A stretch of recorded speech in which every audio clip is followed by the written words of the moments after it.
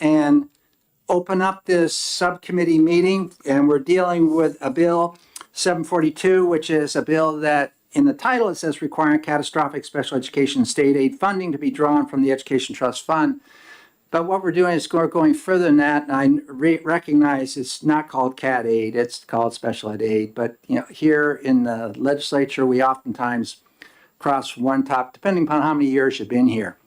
And since I was first here in 2008, I'm kind of attached to CAT aid.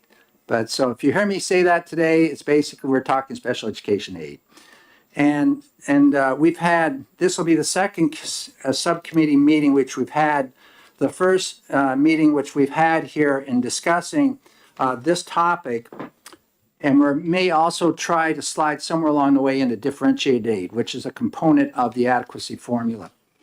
But we had the last meeting where we had Henry Lipman come in from HHS dealing with Medicaid, and he opened our eyes to many, many aspects of it that and where they're going that we were not yet familiar with ourselves, and it was very interesting, but generated a lot more questions.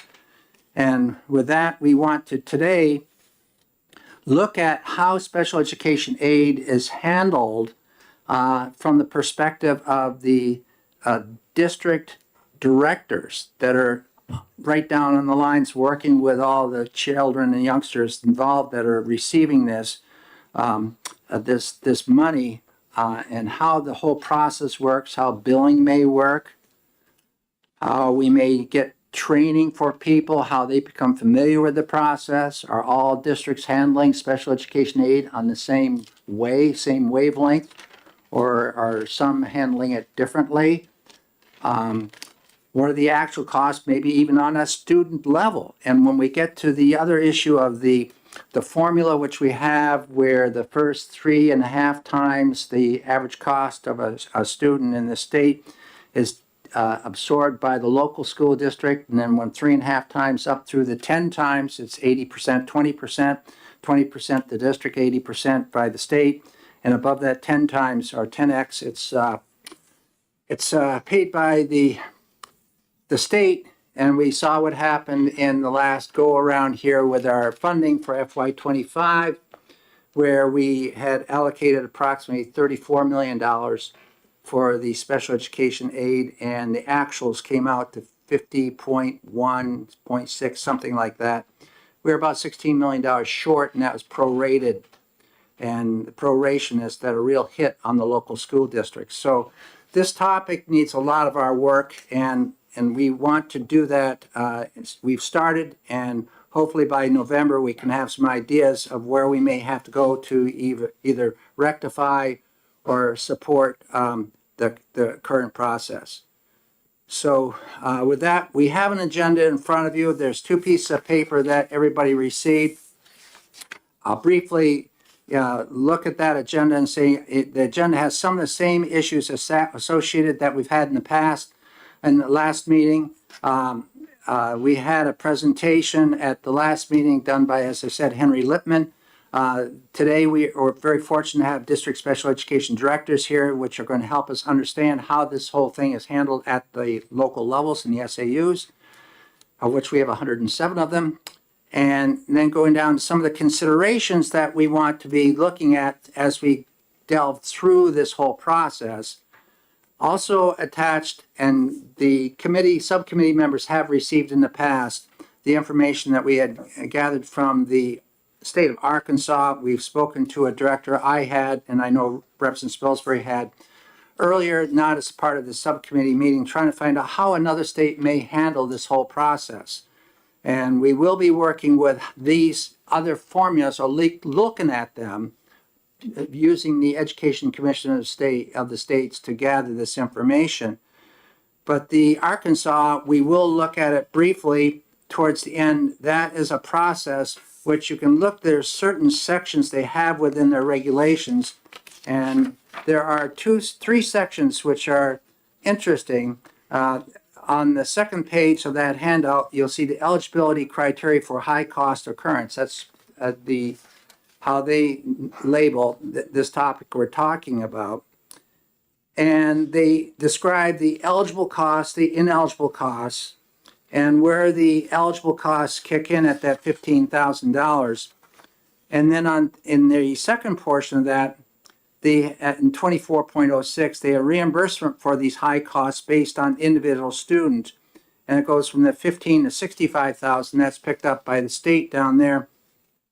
And 80% thereafter, but if you look at 2407, there's a limitation on the state reimbursement, which limited at $100,000 per student from their pot, which would be that catastrophic pot that we have, that money which we were short this year, and we had a proration amount built in. So with that, we do have the directors here, and what I'd like to do is invite the directors up individually, if that's okay, or you could come up as a group. And would you please introduce yourselves? And then, what we'd like to have you do is explain how this issue of it's huge.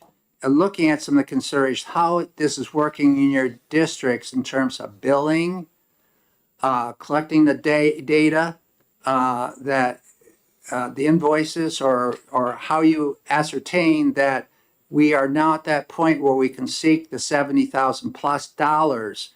We've looked at that $70,000 and identified, we've chased after the Medicaid, maybe not. And now we're ready to try and see if we can get some out of that pot which is put aside for state reimbursement. That's of interest to myself. We've been able to ascertain the dollars which are in the information and the data that's associated with students which are receiving a special education aid right now, which is over 800 students in this state. And we tried to walk that formula back. For example, we tried to change the formula from 3.5 times, where the state starts, maybe to 2.5. How many students would we capture from going from the 3.5 to the 2.5? What would be the costs? How are those costs identified at the local level? All these, so anything we can gain from the directors today would be certainly appreciated. And then we'd like to open it up to questions from the committee to the directors. And the way I work this, if there's a point that you touch on something which hits a spot up here, we'd like to stop, and a member of the subcommittee may have a question, and that way we don't skip over it and forget it. We don't want to do that. We're here to really learn and gather as much information as we can. So who's willing to come up and actually before we yes go, yeah. So thanks very much, Mr. Chair. Before we get into to hearing from our experts here in this area, I was wondering if I could just throw another thing on the table as far as things that I think this panel would be interested in. Absolutely, go for it. Looking at. So I definitely agree. We want to understand more about what the cost occurrence is at different levels, like not just 3.5 times to 10 and then above 10, but 2.5 to 3.5, and as what the chair was saying. But I think something else that we tried to learn about 2 weeks ago and didn't really have the full picture because we didn't have your expertise in-house, is really the process that you would go through to I guess approve a service that to a student that has an IEP, and how that service may or may not be either education related or medical related, and then the process for seeking reimbursement from either Medicaid or from private insurance if it's medically related, and then how that factors in to any claims that are then presented later to the state for the special education aid reimbursement. Yeah, fair? that's, Okay. that's a good, fair question or a point to mention. And there's probably a lot of steps There's along the a- way that I missed too, there- but there's- really looking at this. There's a lot more, Yeah. yeah, to this. We learned from Henry Littman that we are collecting approximately, and this is a rough ballpark figure, around $8.8 million from Medicaid for reimbursement from some of this catastrophic aid annually. We're missing half, again, as much, maybe another $5 million. Some districts are applying for Medicaid, some are not. In the process, we know it's a long process. Monies don't come when you apply for the money. Sometimes it's very, very late, half a year late, you might see the revenue come back in. We know that, but the issue of the services, we sometimes have the feeling here that the goalposts move. Where the end zone is, it's moving in terms of what services are eligible, which are not eligible, how much, for example, in a residential placement is being absorbed by Medicaid, that type of support, versus what we're having to cost in from the state. And we don't know where that line sometimes starts and stops. That this whole process is one which has not really received much attention from us in the past. But with the dollars going where they're going, it is really become an issue. So, who wants to be the first one up in the hot seat? We could bring them all too. Well, you know, I mentioned to you before, remember, we have 3 directors here, and then one, it's, why don't you explain what your position is first, so, and introduce yourself, just, Come up as a panel so we can have a more fluid conversation. Yeah, come up and use. The, you know, we could put 4 chairs up there, would you like to do that? Why don't we do that? How do we do that? Yeah. Okay, Yeah. because, you know, when we're talking, for example, like training and awareness, you know, one might have more than other, but and then the other catches something else. So just bring up bring up, you know, 4 of those chairs. And, Oh, yeah, actually, that makes a lot of What- sense. Why don't they join And us sit at here, the, then they'd all Guess I'm up. they all have their own mic. Yeah, thanks. Just join us around the horse. now, the other option you should have, we've done this before on these subcommittees. We have 1 mic there, but there's 4 mics sitting right over there. You could sit over there and each one of you could have a mic. Yeah. Yeah, let's do that. it would be much better, because this is also streaming. So that we Yeah. know the Director of Special Education in DOE is listening today. Okay, And that's really what the mics are for. We can hear you guys. Right. Yeah. Yeah. Yeah. This is good. now the way the mics work is there's a button there, and when you see the red light come on, you know you're live. So why don't we start from the far end and around and introduce yourselves. Okay. Dan Corder, I'm the general counsel at Boothby Therapy Services. And as a company, we work with school districts to help them provide staffing for the related services that are provided pursuant to a child's IEP, like speech, OT, PT, school psych services, things like that. And then also do consulting with school districts around the state on compliance with the Medicaid to Schools program requirements. And that's up in Laconia, right? That's correct. Okay. I'm Jess Bickford. I am the Assistant Superintendent Student Services at SA 53, which is Allenstown, Chichester, Deerfield, Pembroke, and Epsom. How many towns were there on that one? 5. Can you go through that one more time, please? Sure. Allenstown, Yeah, Chichester, yeah, Deerfield, okay, Epsom, yeah, and Pembroke. okay. Thank you. Good morning. My name is Lisa Horn. I am the Assistant Director of Special Services for the Bedford School District. Thank you. Hello, I'm Esther Kennedy, and I'm the Director of Student Service for Guilford.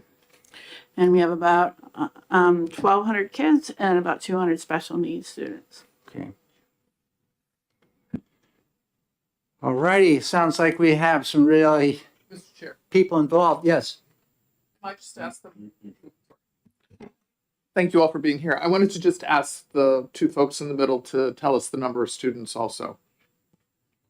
Roughly. Of course. Yes. In Bedford, we have approximately 4,000 students enrolled in the district and about 620 identified students. Okay. Thank you. Those are your total K through 12's amount of students, not just Cat 8, and it wouldn't be just Cat It 8. includes Because you'd have them all. Our numbers include preschool as well. Okay, Yes. okay. Pre-K through 12. We have roughly, I think, around 2,500 students altogether in the 5 towns, and we're running around 24% of that in special education. Okay. Thank you very much. Okay, let's start first with one of the districts. Who wants to lead? Okay, do you want, I think, look, to answer your question for Guilford, I've been the director for 26 years, so I've seen everything in this world of special ed aid / CAD aid and Medicaid. And what we tend to do, how we get our students, is that anyone that has a paraeducator currently, with inclusive of all the benefits, we look at potential to meet that 3.5 times. To answer your question, if you went to 2.5, that would be all of our students with paraeducators or nurses. We would meet 2.5 by very easily of the special ed process. And then we look at, for those kids that come close to CAD aid but not quite make it, then we look at our Medicaid, because we have a year to bill in Medicaid. So that gives an opportunity to bring as much money possible in to our school district. We use the same collection of information for both Medicaid and special ed aid. We actually have a system for Medicaid. And the other thing about Medicaid is you now can bill for 504 students. So that's inclusive in our Medicaid. And then the system of data collection, we have everyone in our district put in the amount of time they're working with a special ed student, whether it's OT, PT, speech, whether it is behaviors, whether it is academic support. They put all that into a system, and then we can collect the data of how much time people are with each individual student. We can also collect the data for both Medicaid and special ed aid. At which point we try to figure out what is our better bang for the buck. Do I put them in as CAD aid because I can get more money back? Or do we just keep them in Medicaid, where I know that I can't double bill into the state system? One of the things I would encourage is that whatever figure we come upon, whether it's 70,000 or lower or higher, that first 70,000, we are allowed to also bill Medicaid. That would be a nice benefit, so that we can at least get something back in that first 70,000, and that still triggers our catastrophic aid. However, we also can give our community back some of the Medicaid funding. We collect, the other thing that we really look at is transportation. We pride ourselves in our district. We do not send kids in out of district placements. I haven't placed a child in 17 years. We do have court placements, but we haven't sent a child on 17 years to our district. So I'm really looking at the cost of in-district. And just to give you an idea, we had children that we were paying in-district with transportation, nursing, PT, OT, and speech that were getting us to $175,000. So those are kids that we're really proud stay in district. They're active members of our community. However, they're costing us a lot of money. So I would encourage you to think about that. And I foresee, if it stays at 3.5 times, I foresee the number of people meeting that match grow tenfold, especially with our autistic population that is becoming so prevalent in our early grades. So I would encourage you to keep that in mind. I don't think meeting the cap of 70,000. I know we're gonna have more kids this year that meet the cap of 70,000. So I'm gonna leave it there and let someone else talk, but that's kind of how Guilford does it. And if you have any questions about data entry or anything like that into the CAT aid or special ed aid system, last year I did it all for our district because my secretary was out on medical leave, so I know it well. Are there any questions right now for Guilford? Go ahead, Representative Damon. Thank you, and thank you for being here and helping us better understand the valuable work that you all are doing. So I want to make sure I understood what you were saying correctly. In your statement of evaluating with each student, how is the district getting, the most bang for the buck? So you're choosing between billing Medicaid or applying to the state or sending to the state for CAT aid. Am I understanding that right? Right, because we can't, I won't make the 3.5 times if I bill out of Medicaid, because that lowers that number. So I have to decide how much that child is really gonna cost us. And I get more money if I can get to that 3.5 times sometimes, because the Medicaid amounts that we're allowed to bill are so much lower. They're not reality to Right. what we're actually paying out. So I am mathematically figuring in our district every child to make sure that we get the best deal. And how do I, with those, am I getting better if I get to the 70,000 and get like that 100 and the rest of the money, and I get hopefully 80% of that than if I just bill Medicaid. So I'm mathematically figuring each child out when we get. So this year we had 25 students we were looking at. In that category, sorry, follow-up? Yes, go ahead. In that category of which way should you, What should we Get do to reimbursement get first to district. support our community financially? Yes. okay. One more? Yeah, go ahead. Thank you. So your statement also that you are sure that this coming year you'll have more kids, more students in the over 70,000 category. Is that because there are more students or that there's more cost to their services? Both? Something else? More cost to their services. We're seeing, with just increase of 3% for our staffing. We do provide retirement benefits for our support staff, so that increase, and then the cost of doing business for OT, PT, and speech. Thank you. Yes, Representative People. Thank you, Chairman, and thank you for being here to help us today. We're all getting educated. You said you have a system and you're tracking the costs on a per student basis. Can you tell me what kind of software you're using or what your system is and how you're getting that data entered into your system? So we use a contractual company called EDMS out of Somersworth. And we use a contractual company. It's called EDMS, and it is out of Somersworth. And that is who we build our Medicaid through.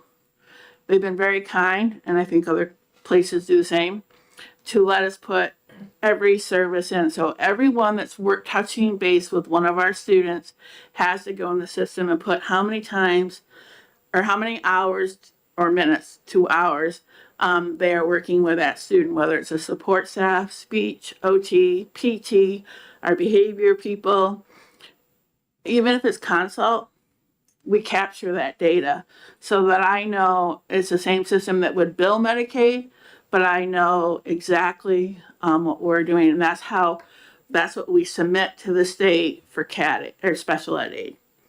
We submit that document and it shows whether a child's out for attendance or whether a child's in school. So it gives data points for every day of a child that we submit to the state. Follow up? Yes, so just so I understand that I'm getting that straight. So every touch point you have with that child gets logged into that system. Is that data logged by the teacher, by the OTPT person, speech therapy? It's logged by we have our special ed teachers, our case managers, they log in, our speech, OT, PT, and our behavior for the most part, and all our paras. And what that does also, I use that system to also bill for foster care, so that when I have to give a bill to foster care. What I'd like to do here is Thank that you. I think every one of us has probably built up a lot of questions already. And I know I have. But what I'd like to do is just have a brief overview of, you know, the areas from each of the directors here.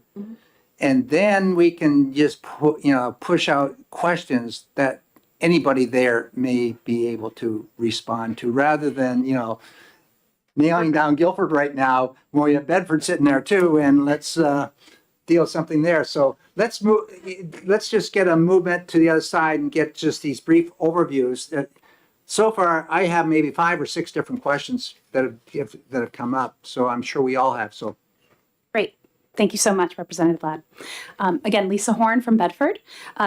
I think we are the 3rd largest school district in the state at this point in time, with about 4,000 students. So with 620 students, obviously we do not track all of them for special education aid. So we essentially take a look at, do they have paraprofessional support or rehabilitative assistance? Do they have transportation? Are they accessing specialized programming? So those are the 3 caveats that we utilize as data points to help us determine if those are the individuals that we start tracking. So we are anywhere between 60 and 80 students a year that we will track. In the past 6 years, I took a look at our numbers of who qualified, and on average, in the past 6 years, we've had about 36 students qualify for special education aid or catastrophic aid. And in looking at that detail and hitting that 2.5 or 3.5 times, if you were to reduce that number to 2.5, I think we would probably double our numbers. Our programming is very unique in Bedford. We have out-of-district programs that are functioning as in-district programs that we contract with, and many of those students are also eligible. So as we are considering, we also simultaneously pursue Medicaid dollars and Medicaid funds.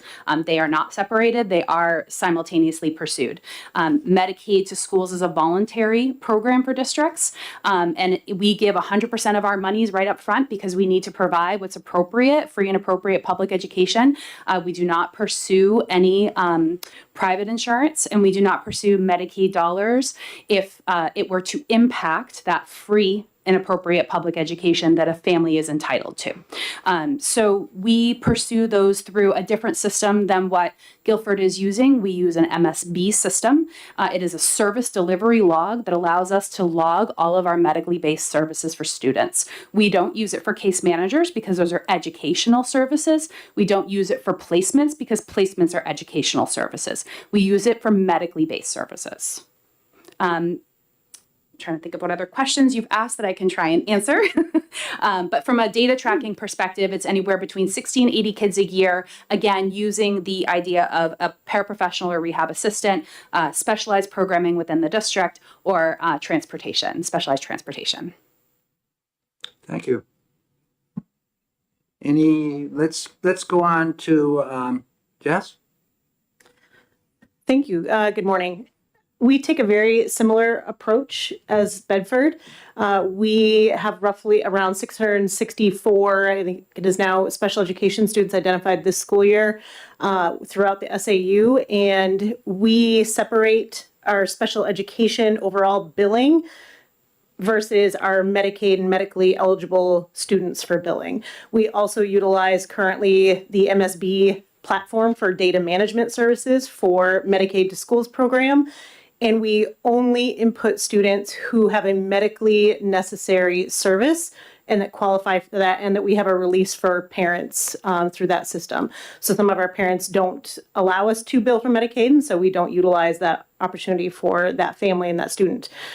We there's a whole list that I'm sure Dan will go through later, but not every time that a student has a paraeducator is it billable for Medicaid services.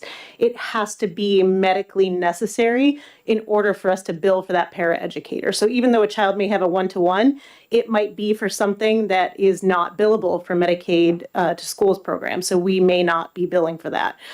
We do try to utilize as much as we can through that Medicaid school system. We don't let that impact our decision to apply for special education aid. So we do both no matter what the situation is, and then redact those costs necessary before billing for special ed aid. I have someone who we actually utilize the state system, Nessus, for reporting and recording our billing for special education as a whole. So I meet with my admin assistant at the beginning of the year, and we go through every 664 students at the beginning, and we talk through what kids we think are going to near that mark of that 3.5 times. If it's pretty basic services, they only receive special education direct instruction through the special ed teacher, maybe a little bit of speech, maybe some OT. We likely will not capture the billing for that student for state reporting because we know they won't hit the 3.5 times. But if there's a paraeducator, if we're providing transportation, we automatically capture day-to-day billing, and we use special education teacher logs, which they have to do anyway for state reporting. So we'll utilize data collection from special ed teachers, all the related service professionals, the transportation logs, we get copies of those. So we utilize a variety of different data collection in order to put that into the Nessus reporting system, which I think is why we're a little bit different, because I know Guilford doesn't use Nessus the same way that we use Nessus, which is the state database for special education data management. So it's a little bit different the way we approach things because of that freedom to make that choice of what system we get to use. Thank you. Yep. And Dan, do you want to get involved at this point, or? Well, if I may, I'd like to make a quick statement around the philosophy of the program. Okay. Because we've heard our directors talk a lot about, pursuing these funds and kind of the mechanics of that. But I think it's also important to reflect on the statutory language that created this program and kind of the overall philosophy of how the program is supposed to work. So I'll cite to you RSA 186-C:25, and it's Roman numeral 1. And I think this is very instructive because the statute tells us kind of the philosophy of how this program is supposed to work. So I'm roughly quoting, this subdivision is intended to provide Medicaid funding for services that qualify as special education or related services. And it further goes on to say under this chapter. Well, 186C, as we know, is the chapter that deals with special education here in the state of New Hampshire. So I think that's a very important statement to start with because it tells us that when we're talking about Medicaid reimbursement, the universe that we start with is this big round universe that I'll draw in the air for you, known as special education related services. And we know that involves speech, OT, PT, etc. But then when we start talking about Medicaid to schools reimbursement, we have to remind ourselves that while this program is meant to pay for special ed related services, there's a sub-universe that's really defined by Medicaid in terms of what costs in that universe are actually reimbursable. So again, if I draw my big circle that represents special ed and related services, I have to draw a sub-universe within that universe called Medicaid covered services. And those Medicaid covered services obviously have to meet all the requirements of Medicaid, including things like medical necessity, fitting within the covered service definitions, pursuant to parental consent, all those types of what I'll call regulatory issues that school districts have to pay close attention to in terms of perceiving or receiving these Medicaid reimbursements, because they know they're subject to being audited by the state or federal government. And making sure that they're operating within that sub-universe of covered interventions that Medicaid says they're willing to pay for in the bigger universe of special education and related services. So I guess the last statement I'll make at this time is that while all of our Medicaid covered services are related services by definition, not all of our related services necessarily fit within the covered service definition. So that's why districts philosophically have to pay very close attention to the Medicaid to Schools regulations that govern this program, because if they operate outside of that covered service realm, they're subject to sanction and a Medicaid audit, having to pay money back. Thank you. Questions from the committee? Yes, Representative Luno. Thanks very much, Mr. Chair, and thanks very much for that universal overview. I really that helps me a lot. This is sort of maybe weaves outside of the lane, but I think in the universal picture maybe it's relevant. But I was wondering if you could sort of talk to how that universe of special education services and then the more constrained Medicaid eligible services, are there other sort of constrained globes in here too, like special education services that could be covered by private insurance, and how much of is that something that school districts also maybe seek reimbursement from? And before you delve into that, I was going to go down that same vein. If you look at the Arkansas law that everybody got, and on page 2, you'll see a 24.05.6 at the bottom of the page, and I'll read it. The district must demonstrate and document that it has fully assessed to the maximum extent accessed to the maximum extent possible other available revenue sources, including Medicaid and Title 6B, or provide documentation as to why these other revenue sources were unavailable to the district for this high cost, which would be special education aid in our case. So if in fact a district's choosing not to bill for Medicaid, and it comes time where that district's now going to chase after the special education allocation, they're over the 70 grand amount. Who is auditing or who is checking to see that that district has documented that they've gone after these other revenues, not just the Medicaid, but, Representative Luna also mentioned private insurance. How do we identify that now that some districts may be receiving that, but also Bill is saying that got us to the 70,000 mark. And now, so they're going to collect from the state what they're also collecting down here for the other source of revenue. Help us get through this conundrum a little bit. Probably a multi-part. Well, I'll take a crack at, I think, what I understand. And I think this goes back to what Esther stated at the beginning of her conversation with you. And that was, in my mind, a bigger policy question that I think we grapple with. And that is the following. If say CAD aid kicks in at $70,000, roughly speaking, and we of a state have said as a policy, that's the point at which we believe this burden is so great on the local property taxpayer that we're going to bring in state dollars to help offset the cost of special ed and related services. The question is, where do we want to leave the property taxpayers for the first 70,000? Do we want to mandate that they have to pursue Medicaid reimbursements before they can receive the CAT aid assistance? Or are we going to maintain the notion that the participation in Medicaid to schools is voluntary because it's a fairly challenging environment for districts to operate in, but yet not penalize them and extend, let's say, the cap, but allow them to pursue the Medicaid dollars as they can and as they see fit, but not have a disincentive to not participate in the program in Medicaid, because from a CAD aid perspective, we're not going to allow them to access those $70,000 unless they've exhausted the Medicaid funds or pursued those Medicaid funds.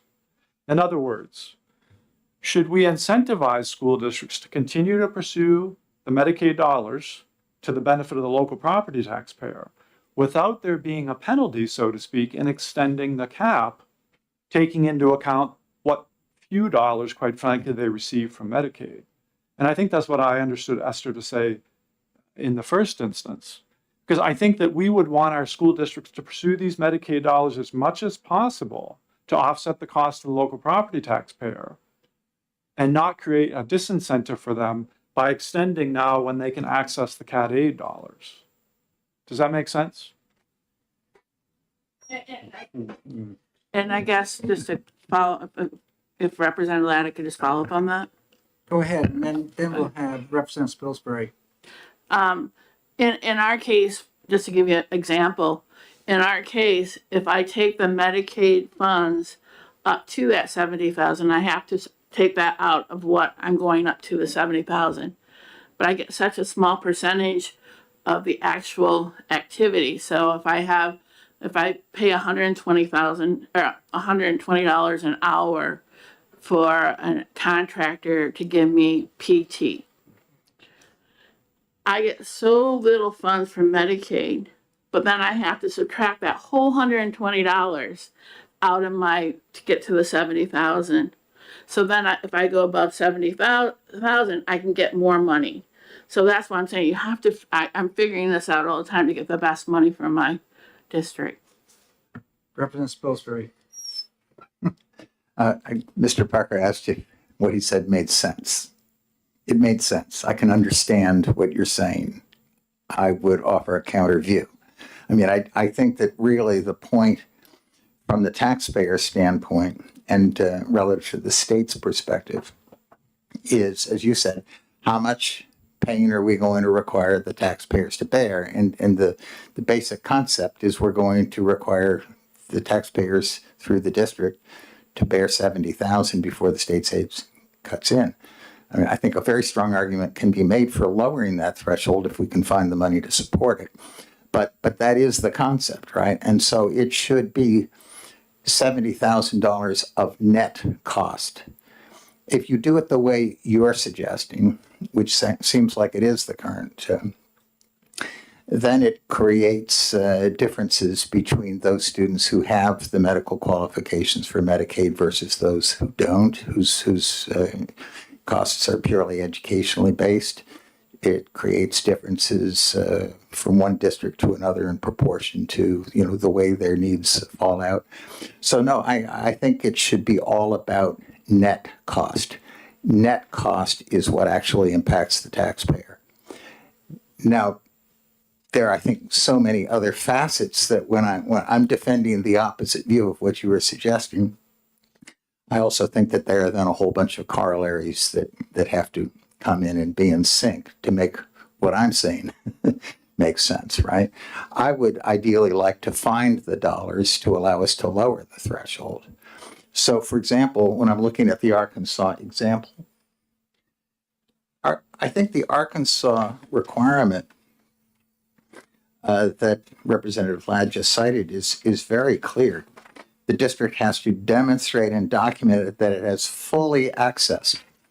So it's not allowed in the Arkansas case to use the discretion that Esther's described. It's required to access the maximum available and to be truly diligent and then to document that. But coupled with that, there's two big differences. Arkansas is basically kicking in their aid after $15,000. So that's a huge difference. And furthermore, it does specifically then go on in the next paragraph 2405.7 to say other available revenue sources are to be applied by the district as offsets to reimbursable costs. So it makes clear in Arkansas that they've taken the view that I've expressed as opposed to the view you've expressed. So multiple variables that have to be fit together to support any one variable, I think. Yes, Representative Luno. So thanks very much, and I think that this is good discussion here, because I think another variable that they have in Arkansas, which is which is the flip of what we have, is that they pay 100% after the $15,000 up to a threshold, and then only pay 80% after that. So they're I thought that was very interesting. it reverses. it changes an incentive, right? But they also cap at 100. Right. But the other thing, and I sort of challenge Representative Spilsbury's theory on this, that you've got special education, both education related services and medical related services apply to any student that has IEPs that call that out, regardless of what their family's income is. So you may have students that are Medicaid enrolled. You might have students that are Medicaid eligible but not enrolled. You might have students that are not Medicaid eligible and do not have private insurance. And then you might have students that are not Medicaid eligible and have private insurance. And even and when I say private insurance, this comes from my commerce background. You've got both fully insured plans, and then you've got ERISA self-insured plans, which have different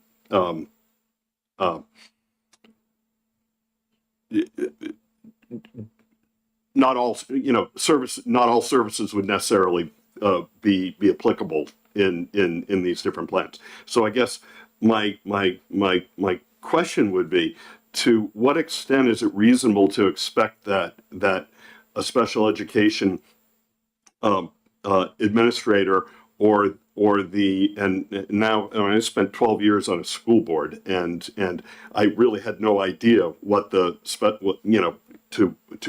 how important the administrative support to the director of student services is, because they're the ones that are entering this data.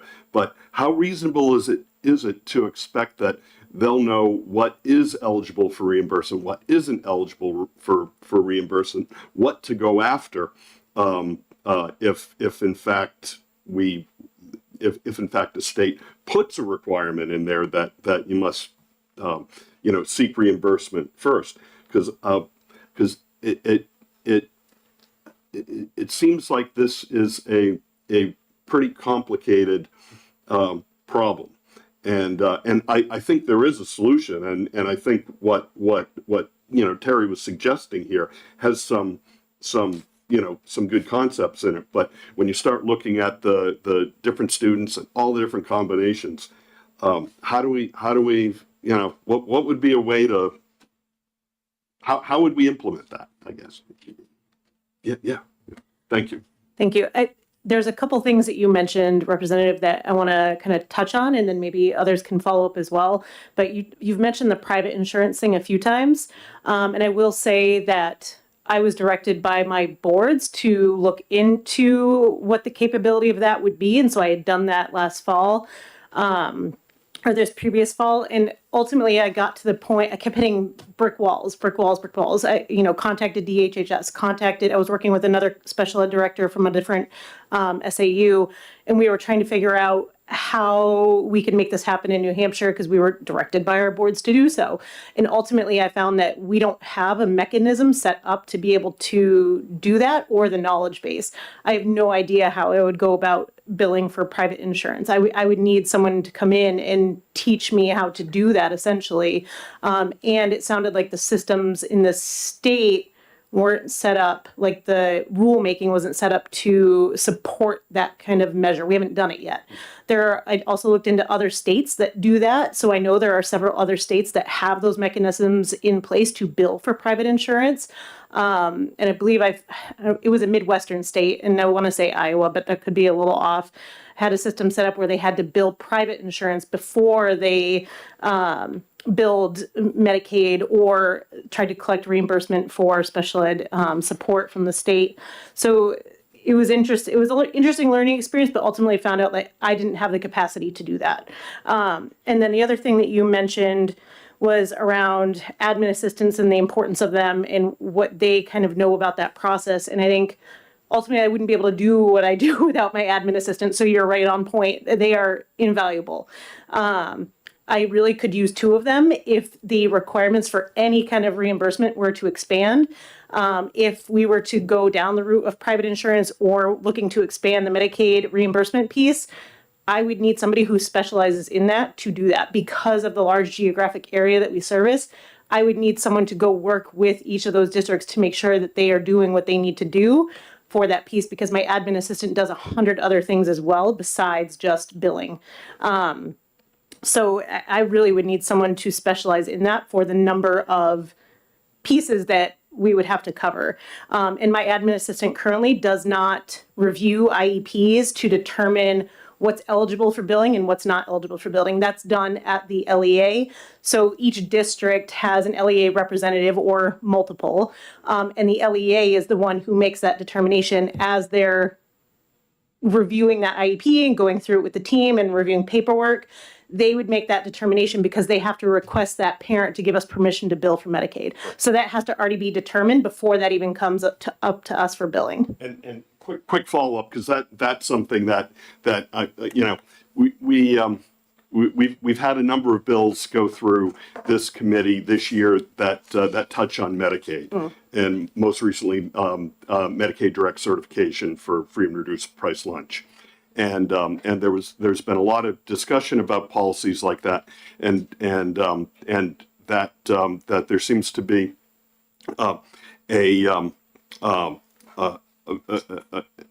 an emphasis by some members in the legislature to make sure that parental consent is received before Medicaid direct certification could be used for free and reduced price lunch. So you know, to some extent, I get that, because maybe maybe a parent doesn't want their student enrolled in the free and reduced price lunch program. No one's forcing anybody to eat the food anyway, but if a family withholds consent to bill Medicaid for a service that the school district is required a medical service that the school district is required to provide under an IEP, then the parent is basically saying, I'm going to choose who the payer is going to be. That the payer will either be the federal government or the payer will be our local taxpayers. And that's a different decision than what parents make when deciding whether to use Medicaid for direct certification for free and reduced price lunch. At the same time, a family that does not have insurance, either through Medicaid or private insurance, if what we're saying is that the state will absolutely pick up the high cost items for that student, then why would the state say, okay, if you don't have insurance, we'll take care of you, but you've got insurance, then it's either up to the family to agree to allow the district to bill their insurance, or else the local property taxpayers are going to pay.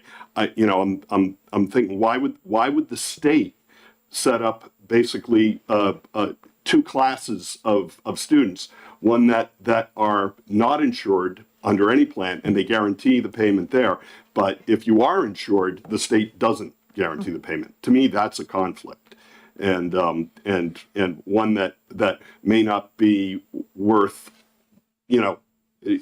jumping through all the hoops to where the state should be picking it up.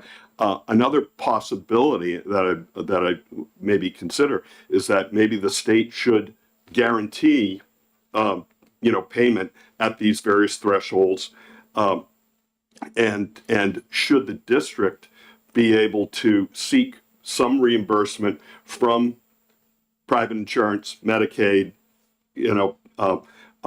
self-insured plans, whatever it happens to be, that maybe that's great for the district. Maybe there's some incentive that the state provides to do that, but the guarantee from the state would be independent of insurance. I mean, I'm just sort of talking out loud on this. We're all doing that right now.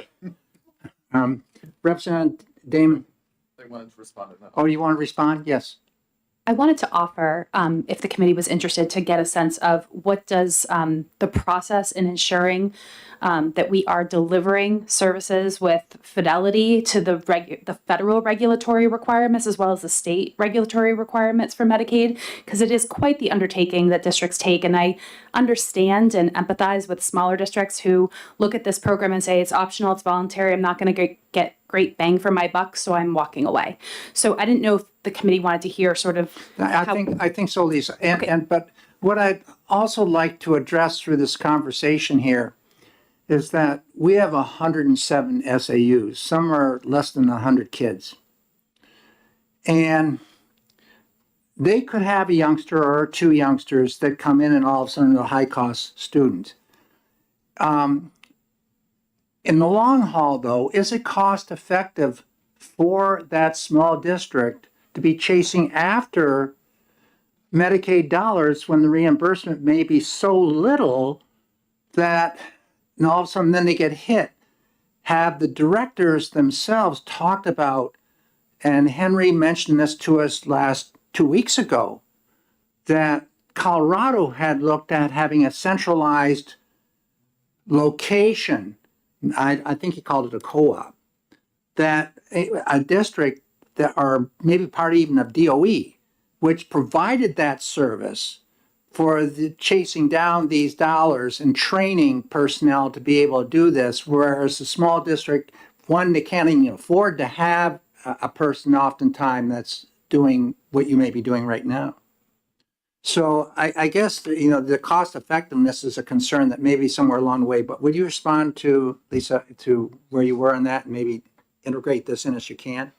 I will do my best.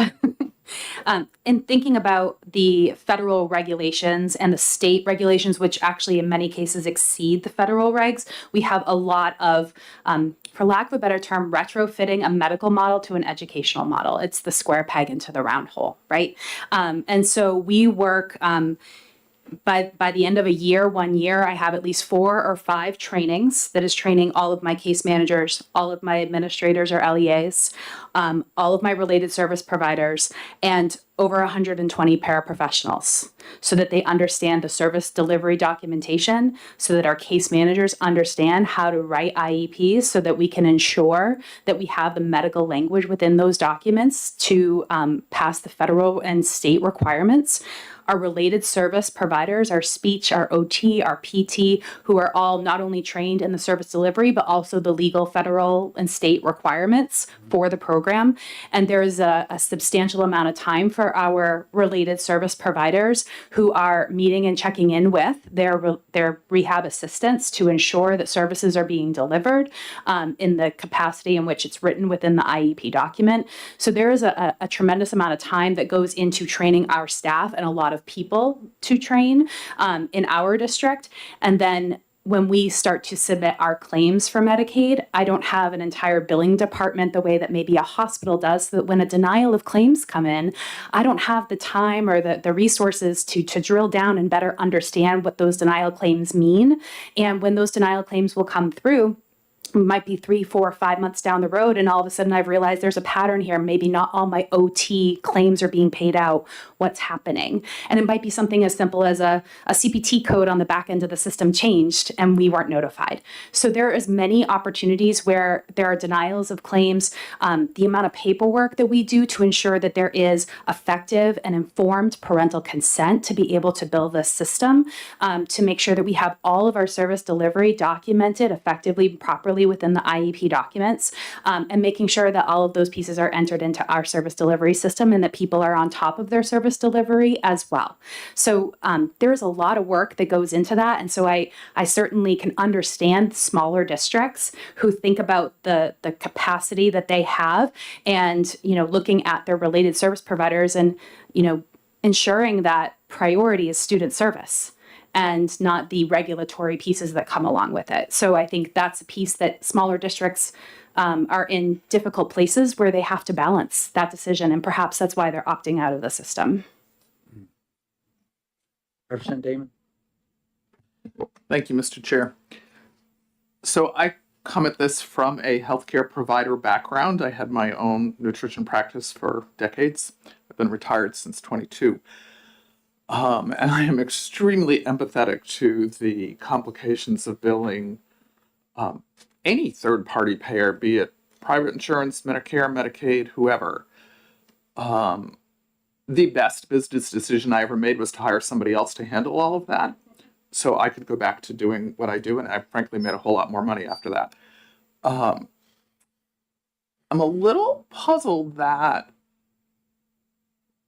it sounds like Medicaid to schools is not required to first bill private insurance, because in healthcare, if a patient has both private insurance and Medicaid or Medicare, you have to bill the private insurance first, and then if whatever they don't pay, and they won't pay at all.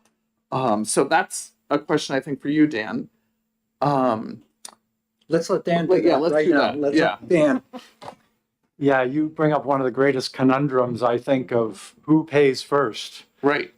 And I think from a federal perspective, what you generally see is that the federal government takes the position that, yes, Medicaid is the payer of last resort, which you've heard many times in private practice.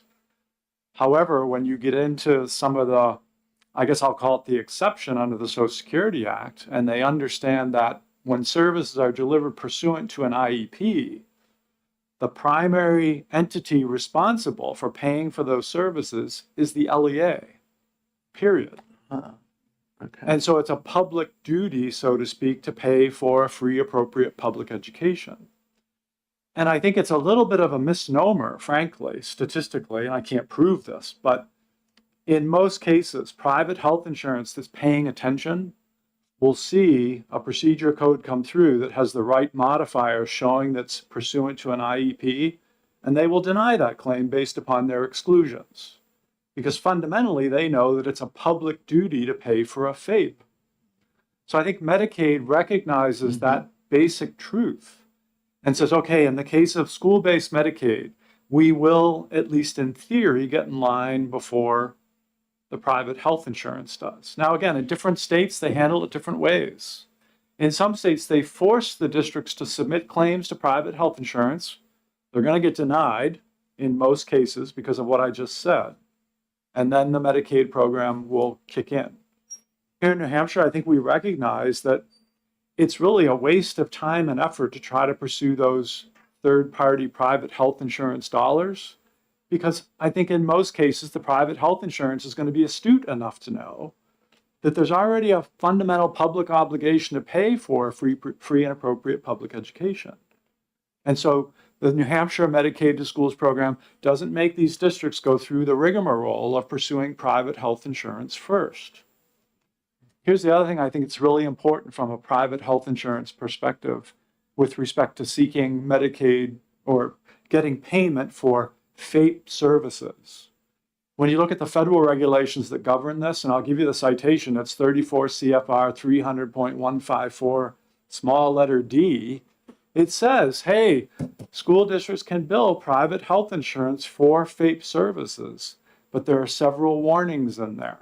And those warnings include the drawdown of any of those private health insurance dollars can in no way affect the coverage that the parent has, including things like increase in premiums. So what a district, I think, takes a huge risk on is if they pursue the private health insurance dollars, how are they going to know from an actuarial perspective whether or not those claims, if they were paid at all, had an impact on the re-up, so to speak, of the premium that's paid in the next year, and whether or not that can be tied back to claims paid for FAPE services.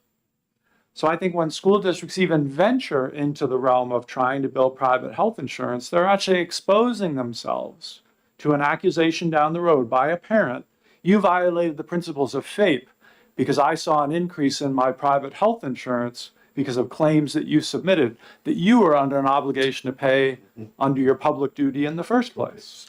Okay, Representative Pillsbury has a Does that make question. sense? Dan? So, yes, that made enormous sense. Yeah.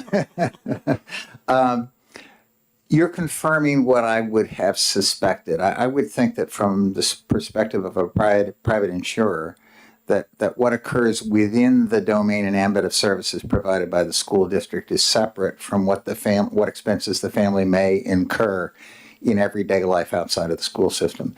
And I think that the complexities that were alluded to before by others of having to chase down each and every individual family and all the variation of whether they're insured, what type of insurance they've chosen to carry, who the provider is, what specific policy, what specific provisions, that is an unbounded morass. And I think we should stay completely away from that zone. So I'd like to just get back a little bit here. When we were discussing possibility of going from 3.5 to 2.5, we took the number of students we had, the 800 plus students, because now we've gone through age 21. So there are more students stacked on to 22.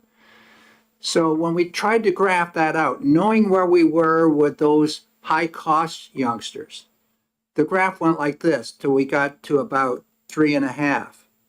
When we tried taking that same climb and seeing whether it would continue for down to 2.5, it went like that in terms of costs. And so it was hard for the legislature to say, well, we're gonna change that formula down to 2.5 because we didn't know where we're going. We couldn't get a handle on that. How do we do that? How do we get a handle on the next level below the 3.5? Do we do it like Arkansas does? When we talk to the director down there, every year, 1 out of every 10 IEPs is audited. We have 800 kids plus on this bottom part, but we have another 32,000 kids that have IEPs above that, or 31.4 thousand kids. So what proportion of that group would be in that 2.5? We don't know. How do we get that number? Any temps? Yeah, maybe. I think your best approach would be to work with a district and collaborate with that, because there is no formal process or requirement for us to submit that data to the state. And I'm not advocating for you to do that, because again, I'd have to hire another person to do it, which would cost more money in the long run. And it's exactly what we came up with. We'd have to Right. go to the local LEAs. Yes. And we'd have to, get those individual IEPs looked at to find out what those cost. How much of a pair is here? How much of this and that? And how much is the contractor service? Oh, my actual cost is more because my speech pathologist comes up from Concord to Haverhill, whereas Bedford may have that speech pathologist on board.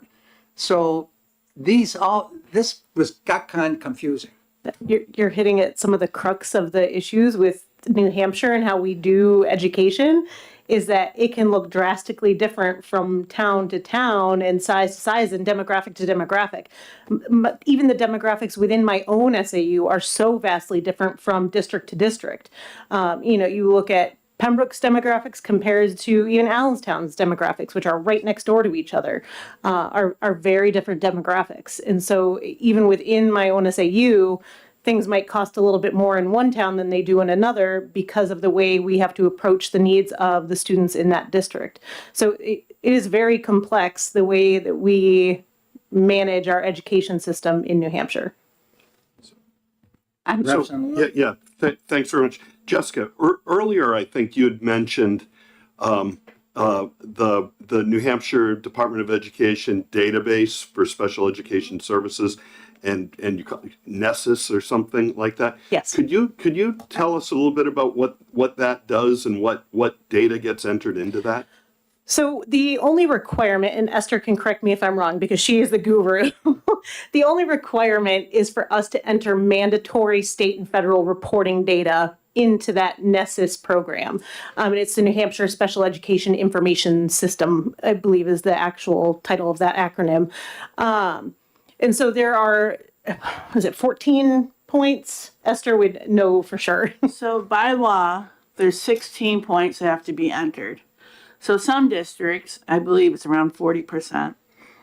We have other systems, and we only enter in those 16 points. everything else in NESA says CIEP. And so you would have to technically come to my district and see the other points. One of the things that has allowed me to do is go to another vendor and do my 504s, Medicaid, IEPs with that vendor at a nice cost. So it has allowed us that flexibility. The thing about Nessus we need to be aware of, though, is in 2027, it's going away. So there's going to be a big flux on what's going to happen to all of us. And I think there's a lot of concern with that. So all I have to do for special ed aid is upload my bills into the system. And on those bills, we have to make sure that we have a child's name. We have to make sure that we have the dates of service for every hour on that bill, or 15 minutes, or whatever you do. And we have to have the vendor. So we have to make sure, so we make contracts with vendors and say, you need to have it in this format, so that we can just take that bill and upload it into the into Nessus for the state to see. I only upload those kids I know that are going to make 3.5 times. I don't upload my bills for any other kids. Could you do that? Pardon? Could you do that? You upload for kids I would have other to hire- than 3.5? I would have to hire 2 more people. So, but along that same, vein though, if you're thinking at the beginning of the year, I think Dave's going to be one of those 3.5 kids, and it turns out going through the school year, the IEP, Dave doesn't get to 3.5, gets to 3.4. Do you ever run into that? Oh, I missed it by 20 cents once. Okay, no, but this may, when you start looking at the data, and if this data is in the Nessus database, then maybe the state actually does have some data that it can start modeling what this hockey stick effect is. And you'd mentioned earlier, Lisa, that you thought in Bedford's case it would essentially double the number of students. So you'd go from 35-ish to 70, something like that.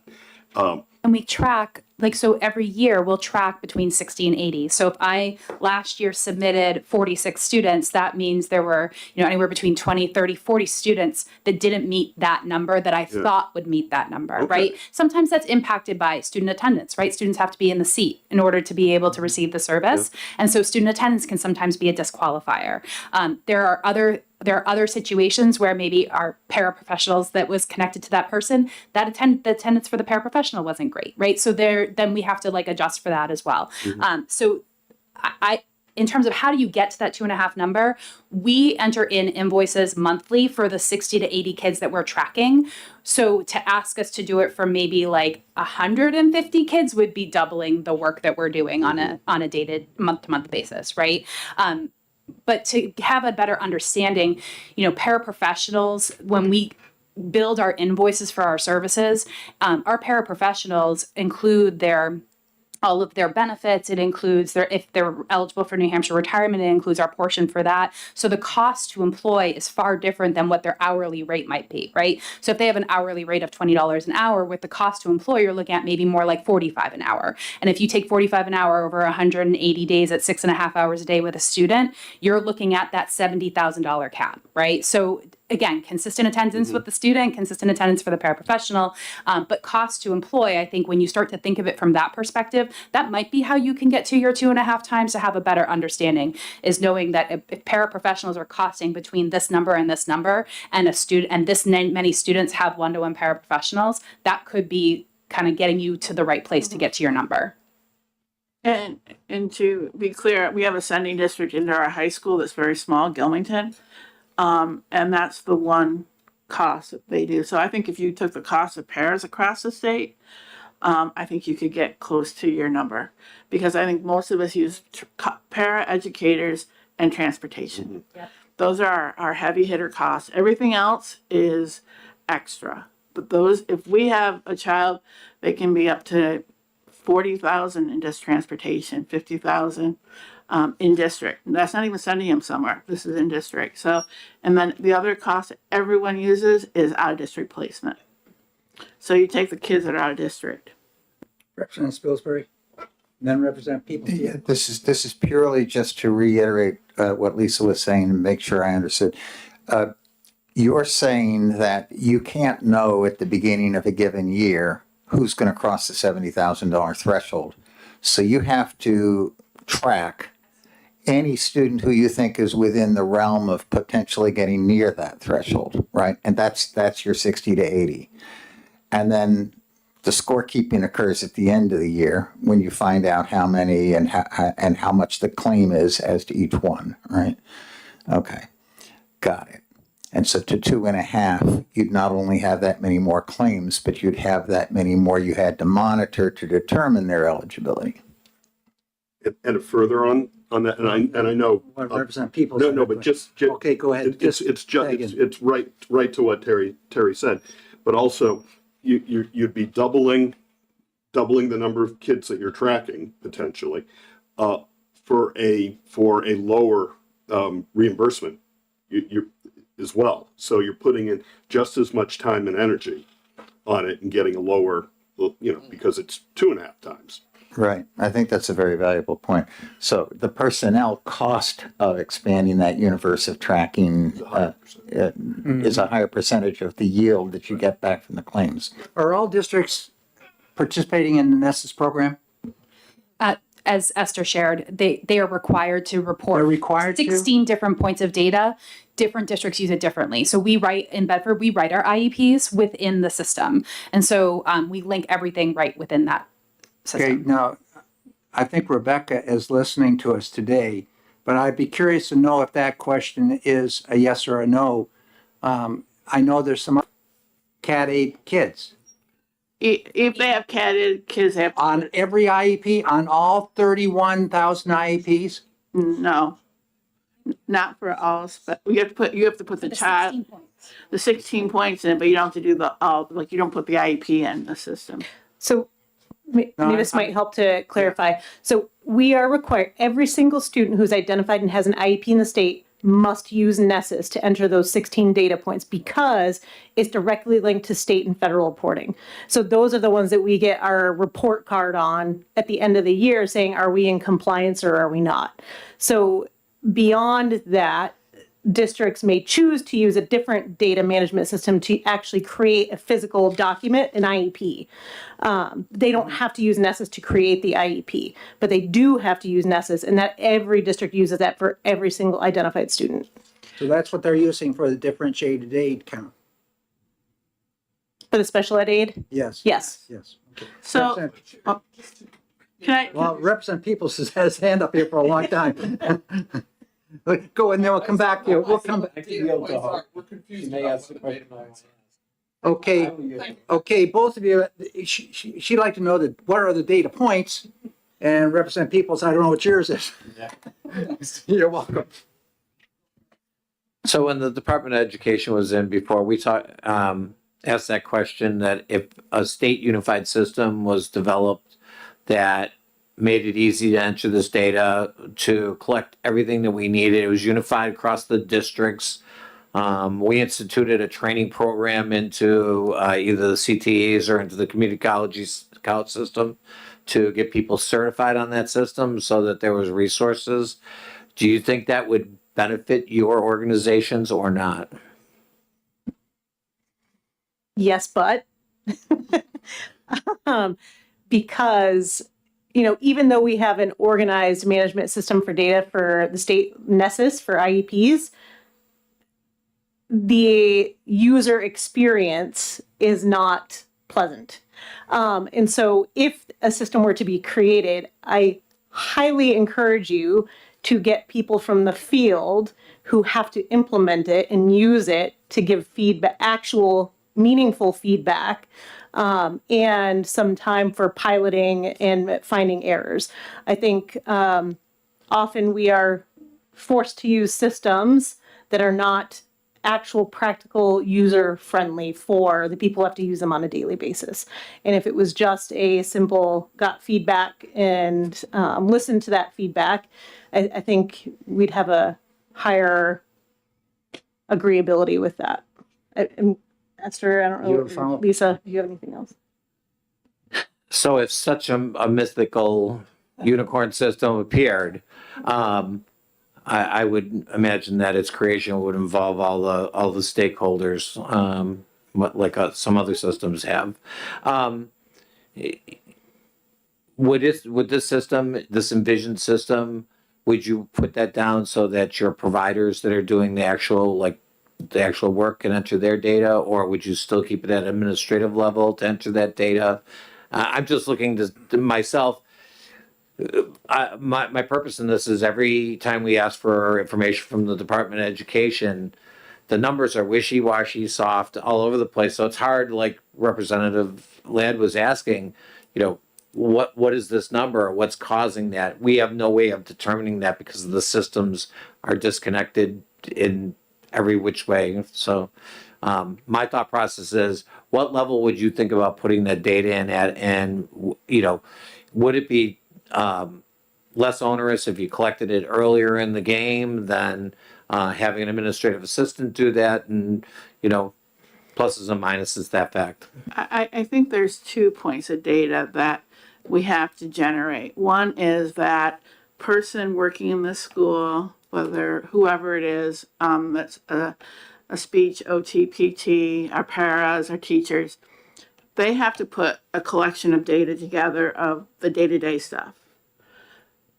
My support person, we put ours up after, we don't bother putting it into the system until we see what the people that are going to make the 3.5 times. And then we put it in. We have to have it in by July 30th. And we take that's her number one thing she does the month of July is put the data in.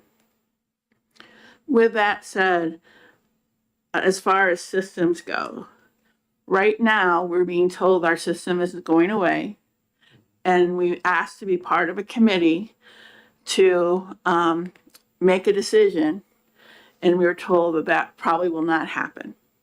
So just to put that on the table, when we got this system, I actually was on a committee to make a decision, and the system the committee picked, the state chose not to go with because of financial reasons.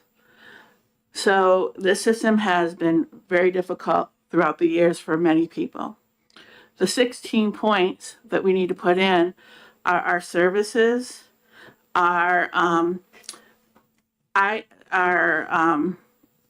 basically our services, our placements, we need to get the numbers so that we register the child. We have to put in their male or female, and we have to put in and what age they are and their data points on that age for transition. We do not have to put the transition in, but we just have to have the data points for that transition. I guess I just want to make a comment to Representative Ladd. One way you could probably get the numbers you're looking for is to ask each district how many paraeducators they have. Because if you go to 2.5%, every district, every para is going to be able to meet that criteria if we're paying for a paraeducator. And in my work at Plymouth, I've been all over the state. We're looking at teachers. And I can tell you, even though there's a lot of districts that might be poor, they're still going to make that criteria for 2.5%. So if we looked at the para population and how many paraeducators each district has per students, my guess is that will get you the 2% number of students that would go in the 2.5%. As far as out of district placements, they're going to be in your system no matter what, and they're not going up. If anything, they come down a little bit across the state, but that number is going to be a constant number no matter what the percentage is that you're going to be paying out for our state's going to be paying out for children. But the paraeducator, for the most part, is our deciding factor across the board for the little tiny districts and the bigger districts because of the cost of that. And then again, the transportation, but the transportation probably, I'm just figuring in my head, probably wouldn't make the 2.5%. Okay, so as a retired elementary principal here for over 30 years and worked with intervention teams and worked with staff in regard to, we had a lot of issues where in the school district I had, which was in Alaska.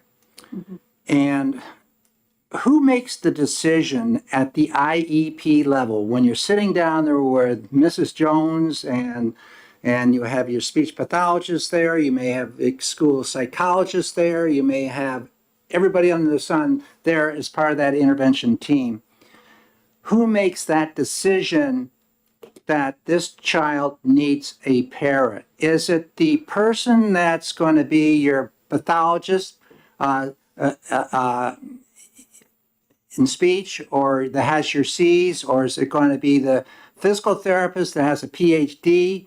Is it going to be whom is going to do that? Or is it going to be a decision made by a non-special ed person that's not responsible for submitting this Medicaid stuff in, that has to be a nurse provider, which is it got the medical aspects, and there's not everybody has that.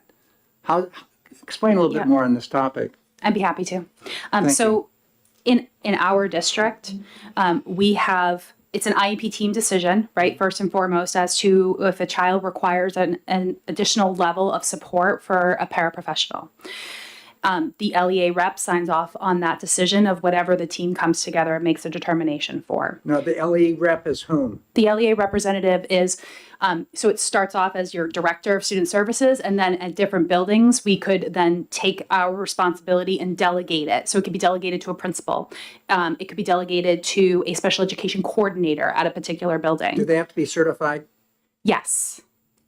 in what? Each district is very different, just so we put that on the table. sure. Go ahead. So the team makes the determination, the LEA representative attests to that. When you're talking about Medicaid, so that's the IEP FAPE side of this, right? When we talk about Medicaid, then you're talking about, do we have parental consent as the first step in the process to pursue Medicaid dollars? If the answer to that question and parent signs off and it's yes, then we need to seek what's called an order.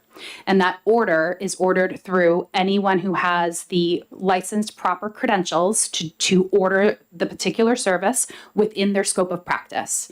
So speech pathologists can order speech services. OT can order OT services. And so they are properly licensed and credentialed and are speaking within scope of practice. Now, if a child requires a rehabilitative assistant and they need it for prompting and cueing and guiding to facilitate communication, then the speech pathologist signs off as ordering that rehabilitative assistance. If you do not have the proper credentialed person on the team with the proper scope of practice, then you can seek that from a medical professional. In our district, we contract with a third-party agency and we seek out that license from an ARNP, and we provide, as long as we have consent to do so, with a HIPAA FERPA disclosure form, send the IEP to this professional who familiarizes themselves and within their scope of practice, because an APRN can sign off on all the services through Medicaid, can sign off on an order. That order is then updated annually, consistent with when the IEP is updated. So that's the process we use. Does that help to answer that question? Yes, on your, getting back to your 16 points here now, who is the one that checks off the boxes? Is it going to be that speech pathologist sitting over there in Concord somewhere and you're in Haverhill? Or is it going to be somebody within the school like a para? Does a para do the 16 boxes that's not certified? Good. I'm saying no. But so what we do is the 16 points in our system come out of an IEP that's been created by the team. And then we have someone that just data enters those points in our system, in the state system. And how do you know those 16 points occurred? How do you know that service was delivered? Oh, so in our, I think there was two questions there, but our system, every para has to go in, or every speech person has to go into another system and document when they visit with that child, when make sure the child was there, if they were in there or not, and tell a little brief overview of what they did. If I may. I think you're asking a lot of process questions with special ed too, so kind of mixing those two worlds. So I think this kind of refers to initially what Representative Luno, you asked earlier around how do you make decisions as a special ed team and what's that process? Because going to the LEA question you asked, the LEA has to be someone who is certified in special education. That's a requirement, or as some kind of administrator or within the special education field. So like principal could be delegated as an LEA rep because they are allowed to delegate funds at that IEP team meeting. So it has to be someone who has permission to designate funds, school district funds. It can't just be, a paraeducator. It can't just be a classroom teacher because they don't have permission to delegate district funds. And so sometimes it can be a special education teacher if they are trained in order or have permission to designate district funds. A lot of times it is what we call LEA reps. So I know for me, each one of my buildings has an LEA rep. Sometimes that can be their special education coordinator. It can be a case manager who has had training in that and is designated as the LEA rep for that building and may receive like a stipend to do so, but they have the ability to utilize district funds and assign that at a team meeting. All of our districts use data to make those decisions. So if somebody brings up paraeducator at the table, there has to be data to support why a paraeducator would be needed. That way we're not just signing paraeducators, at random or just because somebody says they need help. Like there has to be a designated of why they need help. And there has to be data collected around that process. The case managers are usually the ones who generate the IEP. So they're the ones who put in those 16 points that we talked about. And then sometimes they're the ones who enter it in the system, but other districts, I think like Esther was talking about, it might be an admin assistant who puts in those data points, but that document was already generated and it's just transferred into that state reporting system. So the special ed process is a very intricate process that, I think we could happily go into more, but I don't want to delve into it too deep. Well, Jessica, I just, one area of confusion still is your LEA rep. You may also have sitting on that team a life skills teacher. Who's the case manager? Who is going to be the one authorizing the use of those funds for the para there between those two people? Is the life skills teacher also the LEA rep? Not typically, no.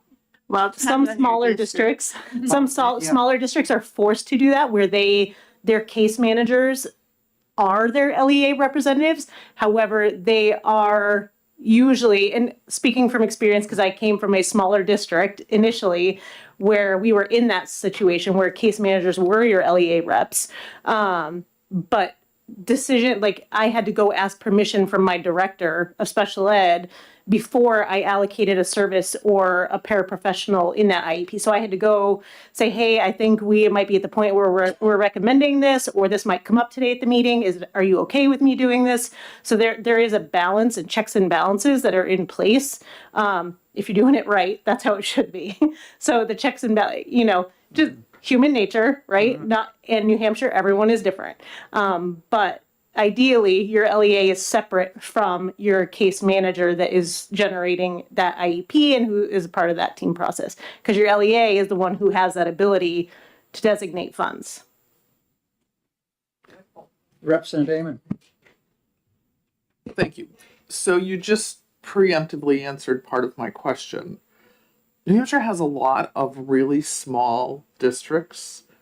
I have several in my rep district, where the total number of students, not special ed, is well under 100. So maybe if you could just clarify a little more how this works in those kind of settings where pretty much every person in that school district is wearing multiple hats. So in some cases, giving a district that uses case managers or special ed teachers as their LEA, I do it for philosophical reasons, not because necessarily we have to.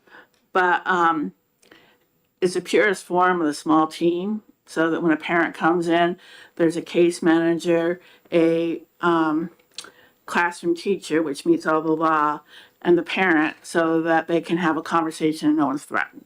So that's my philosophical moment.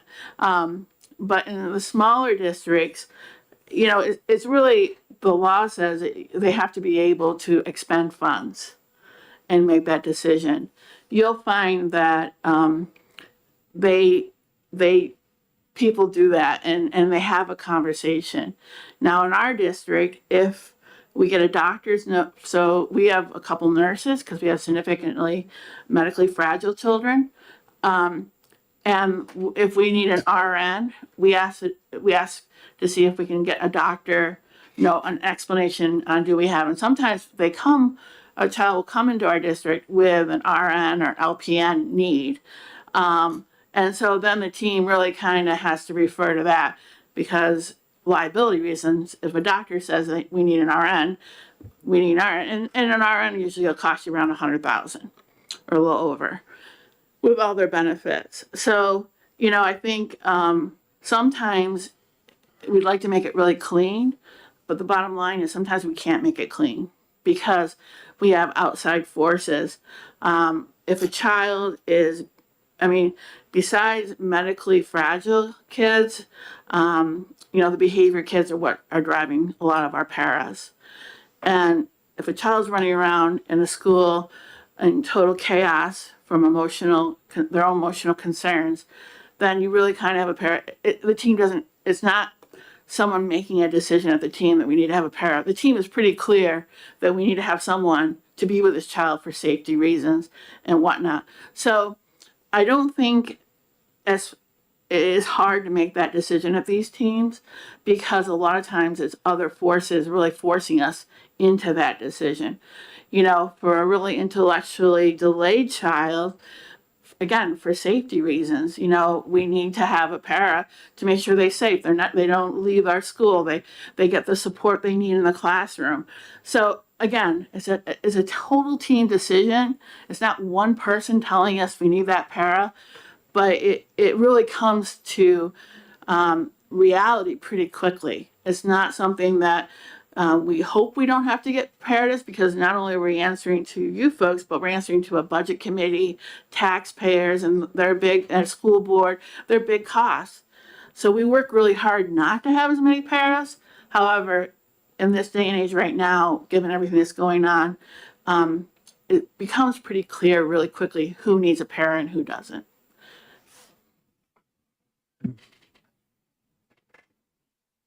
You look like you're thinking, Representative Uno. Well, There's a lot to this. Representative Spilsbury, do you have a question? Yeah. We're very in the weeds. There's an incredible amount of complexity, outside forces, as well as inside masters. But so maybe this question, the way I'm going to frame it, forces you to recover some of the ground you've already covered, but maybe it broaches into some new topics. Can you each one at a time crystallize what specifically you would like to see change in state law?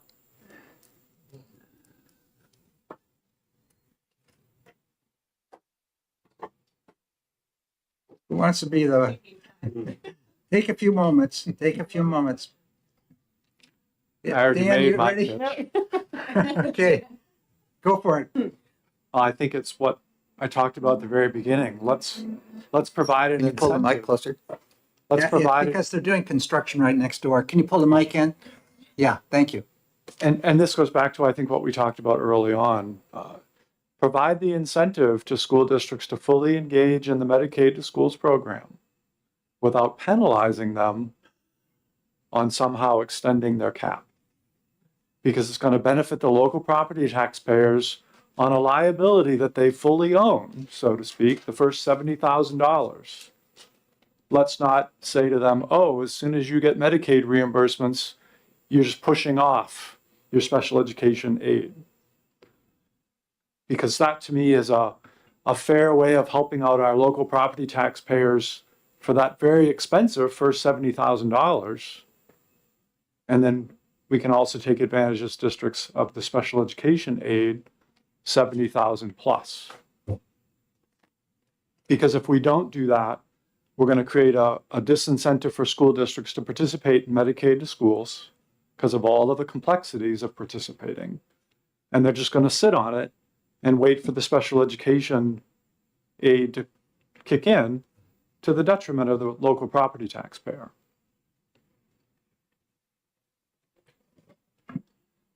Can I ask a clarifying question? Yes. Is your question a broad natured question or in terms of Medicaid and special ed aid? Broad. Feel free to be imaginative. I'm talking about in terms of the entire scheme of Okay. the way the state of New Hampshire supports special education funding. Well, I'm going to go big and say let's fully fund IDEA. I said I'm going to go big and say let's fully fund IDEA. Our special education students, I appreciate this effort, and I totally support lowering the cap so that the burden to our local taxpayers is not as substantial for our students who are of really high cost. And so I'm very much in support of that.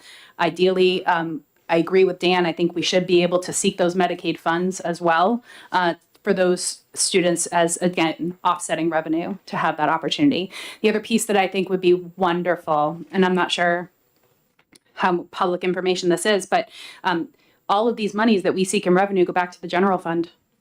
And so they go back to offset taxation and as evidenced by our school board, which we've traditionally done in our district, to offset the cost and the amount of money that's raised through taxation. And so it doesn't actually go back into special education. I agree. Let's go big. However, I would just for the day-to-day love to see us at least fund up to 80% because I got 60% back, for all my work. And again, it doesn't come back to us directly, but I know it's a gift to my community.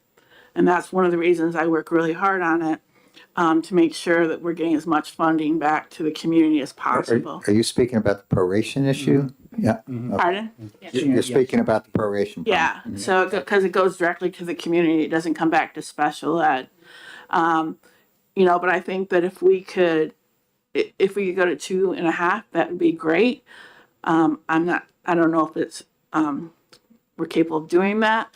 However, let's start small and at least try to meet the 80% agreement. And then maybe even get it to a 3.5, make it even 90%. If I could just ask a clarifying question of the Arkansas documentation that you folks are considering and looking at. I suspect that the cost of living and expenses are different in Arkansas than they are here. I will just share for point of reference, for example, if we send a student to a residential placement in Massachusetts, just over the border, we're looking at around $450,000 a year to educate that student. Yeah. So I just want to give that context. for you folks. It's a different state. Arkansas sends no children outside the state of Arkansas for residential placement. None. They take care of them all internally within the state. We asked that question of the director. The state, of course, doesn't have all these smaller SAUs either. So there's a lot of differences between, and their population, their student population total is 4 or 5 times what it is here in this state. Our state has an issue right now in the fact that our special ed costs are increasing significantly. 1 out of every $4 in our education budget is special ed now. And we did put forward from the House just this last week a proration amount that can be no less than 80%, but that still doesn't tilt the whole formula enough to really support the property taxpayer. We get that. And what we've been looking at is maybe the whole formula. Do we have to do something there in terms of, well, we talked to 2.5 here. We've had 1.5, we've had 1, we've had 2.5, we've had 2, and we just don't know what it's impacting. And this one right here, $15,000 is 3/4. yeah, well, $15,000 up to $65,000 and 80% up to the rest, but they also have the cap down there where the state will not fund any more than $100,000 per youngster. That wouldn't work here in this state because we're funding much more than $100,000 for some of our youngsters. We have 4, 5, 6 maybe that are well above $500,000. That's significant money. And so we're looking at this, and I don't think we have all the answers. Representative Luno. Yeah, Can I just, put Jess in the hot seat? We haven't heard from her yet. I don't know if you want to. Representative Luno, go first. sure. Actually, just a thought going back to something that was mentioned right at the top of the conversation, and Ed has come back sort of throughout. But when you talked about when looking across the the students that have IEPs, that you at the beginning of the school year you try to get an idea as to who may which students may qualify in this high cost or higher cost category. And you mentioned 3 things: paraprofessionals, special programs, and transportation. And so I think everybody probably gets the one-on-one paraprofessional, and that's what we're talking about here, right? When you're talking about a paraprofessional, I would just add nurses too. and nurses. All right, and nurses. You talked about special programs, and I was wondering if you could maybe clarify what that means, and you talked about transportation, and I think I know what you're talking about there, but maybe some examples of what that sort of customized, personalized transportation and obviously the special programs. I'd be happy to respond to that. Thank you, Rep. Luno. As we're thinking about special education for the transportation piece, we have some students who ride through our local vendor, and it's from their home to the school and back, and we end up creating a formula whereby this many students are transported in the district with this many vans. This is what the cost is to ride per student, per day, per van. And then that cost is what we essentially attribute to each of our students. There are some more expensive transportation options. For example, if we have a student in a day school that might be located in like Rochester compared to Bedford, now we're paying anywhere from $450 to $550 a day to transport just that student to that day location.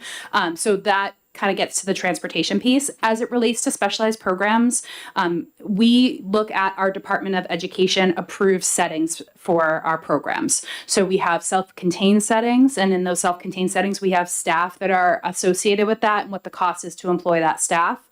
And then we look at the student's placement page and say, that child's in this placement in a self-contained environment for 5 hours of their 6.5 hour day. This is what the cost is to run that program with those particular staff members, cost per student per day. And so it's offset by, let's say there are 7 students in that program. So then that cost is offset $7 by 7 students, and it's a cost per student per day. So if that program has a full-time teacher, a full-time BCBA, those types of other positions, then we figure out what is the cost for that program and then how many hours a day is our student in that program, and that's the invoice that we submit. So that kind of gets to the specialized programming piece that we provide. And I know that Esther's created some really great programs in her district, so she could probably speak a little bit more to that. Actually, I don't have any self-contained programs. So So I do have a question for you then. When you get to that $70,000 level, and now you're submitting materials to New Hampshire Department of Education, have you ever been asked to provide the invoices or the costs, paperwork associated to these costs? Yes. Or had required an audit to receive? So they review, so we submit, there's a whole packet, and if you folks don't have it, I'd be happy to forward it to you. It's called the Special Education Aid Manual that's put out from the New Hampshire Department of Education. And that specifically outlines all the requirements of what we need to have to invoice back to the state for all of the different services. And so we create invoices. So the simplest way to put it, I think Representative Peoples was speaking about this earlier about like systems. The easiest way is that we have a student in an out-of-district placement. After the first month that student is in that placement, the district receives an invoice, the district pays that invoice, the district then uploads that invoice to the Nessus system, the finance side of the system, and we submit that in the Nessus system to the state for payment. And at the end, and what we have is like a running ticker at the top that tells you how close you are to your $70,000, right? And then once we get to that place, it sends up a nice little alert that says you've met the special aid cap. And for some of our placements, that might be 3 months, right? And so we're meeting that. And then every invoice we get thereafter, we upload those. For our in-district programs, we are uploading those typically in July. So we get our attendance records from our staff, our attendance records from our student. We get all of our service logs and then we create an invoice. So the Bedford School District creates an invoice of this is what the cost to employ. We get the cost to employ from our HR department. It is quite labor intensive. You'll find me in a boardroom for the entire month of July getting this accomplished. But all of that comes together and then we upload those invoices for each particular student for that service. Do you ever have the DOE say to you, well, your actual cost here is pretty high compared to your neighbor next door? Are you sure your report is correct? So we don't typically get that feedback. When we provide them with our rate sheet, it's very clear and specific as to what the total cost is to employ our employees. And so they see all that breakdown. This is what FICA is, workman's comp, long-term disability benefits, all of those pieces. And so they can very much see that mathematical equation.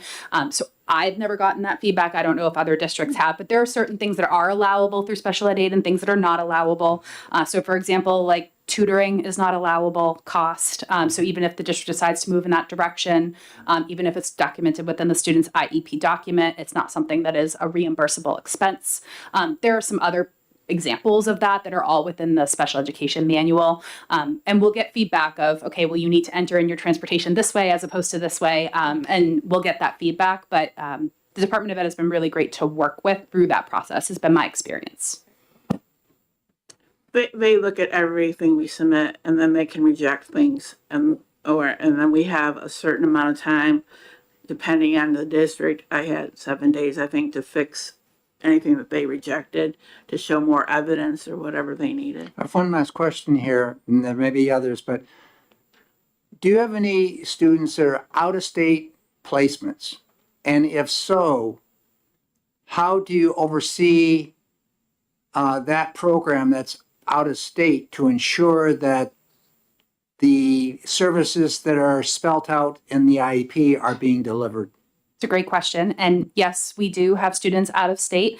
We hire an out-of-district coordinator whose responsibility is to essentially be the LEA representative and case manager for that student. So they will do periodic visits.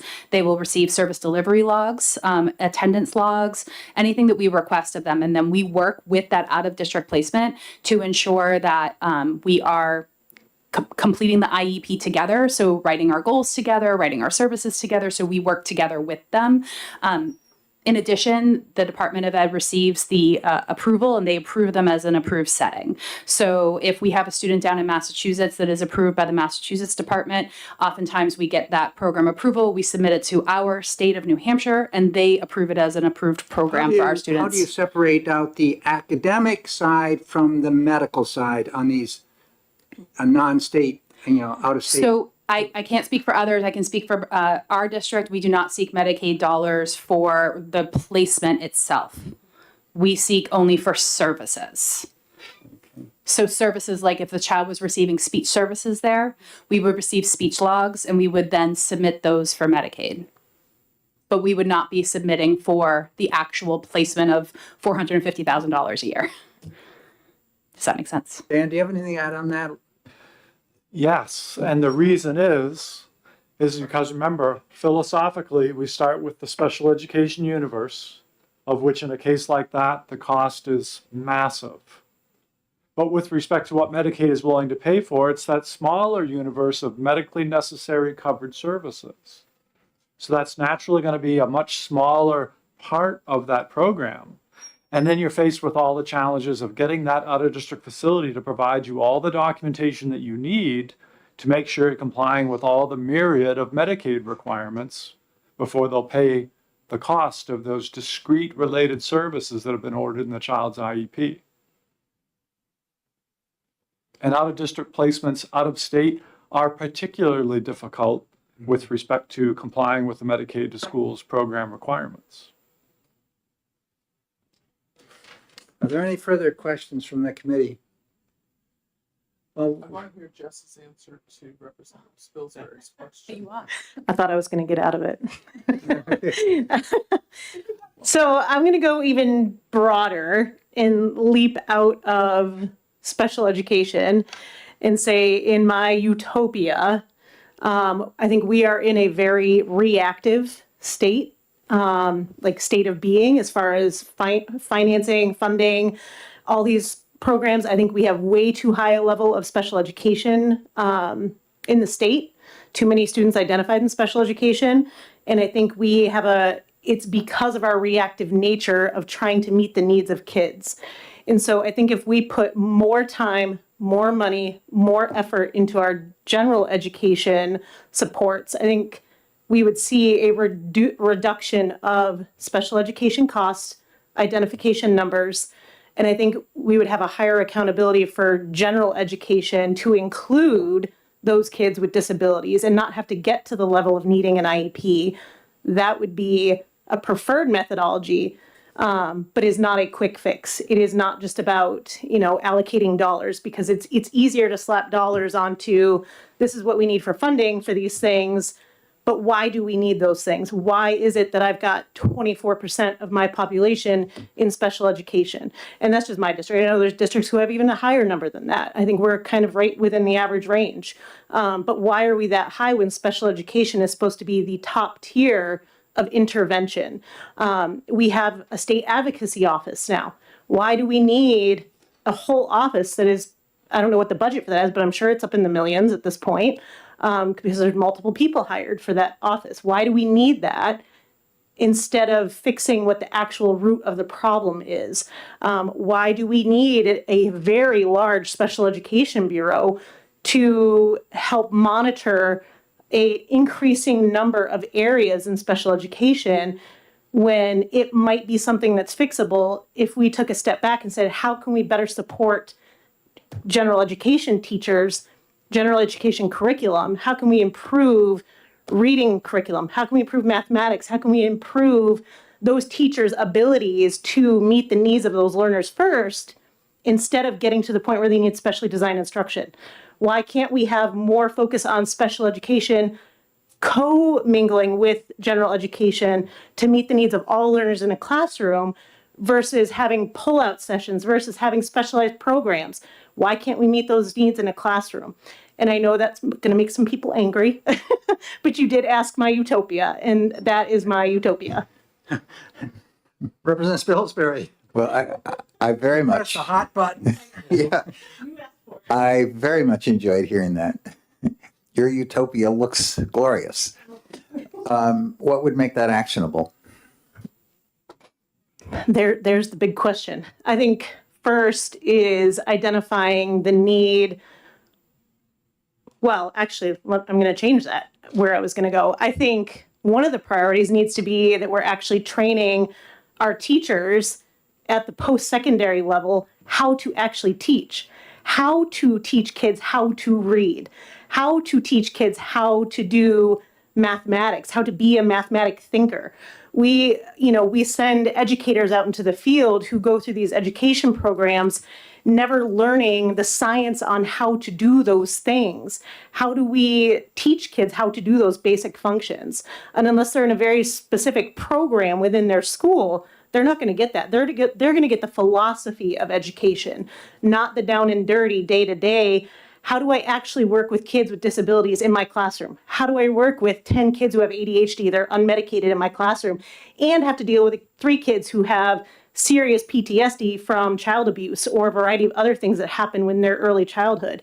How do I deal with the kid who is well beyond his years in performance, and maybe they're in first grade but are already performing at a 3rd grade level? How do I meet all those needs within that one setting as an educator? And then doing more of that combination of, instead of separating special ed and gen ed teachers, bringing more of that instruction together. How can we educate our teachers to be teachers, and not so much focus on the philosophy of educating?